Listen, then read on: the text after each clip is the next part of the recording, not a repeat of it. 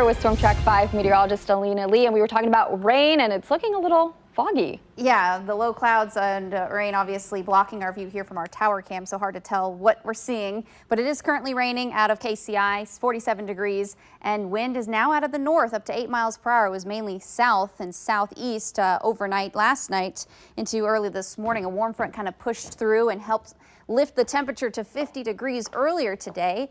And now we're going to be going downhill from here. Our satellite and radar picture over the last 3 hours showing you as the precipitation continues to wrap around this area of low pressure, as you see how it kind of turns in that counterclockwise motion. So let me get in closer here.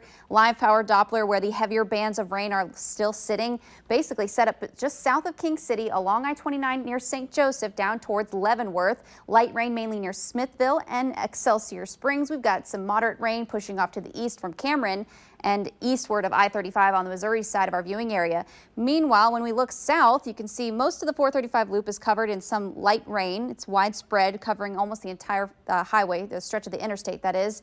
And there is some dry spots out there from Ottawa, Garnett, Drexel, Mound City, even down towards Lone Elm. It's much drier there, but this wraparound moisture is going to continue dragging south and then pulling southeast and more easterly throughout the evening.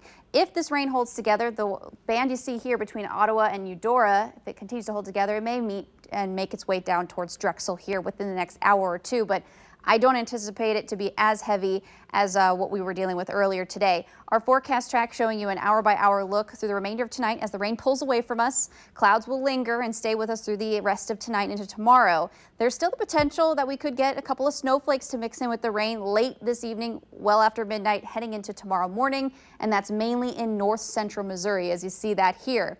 And as we go forward beyond Sunday morning into the afternoon, the clouds will stay with us. All right, it is Saturday night, and we have just time for one little forecast for you here.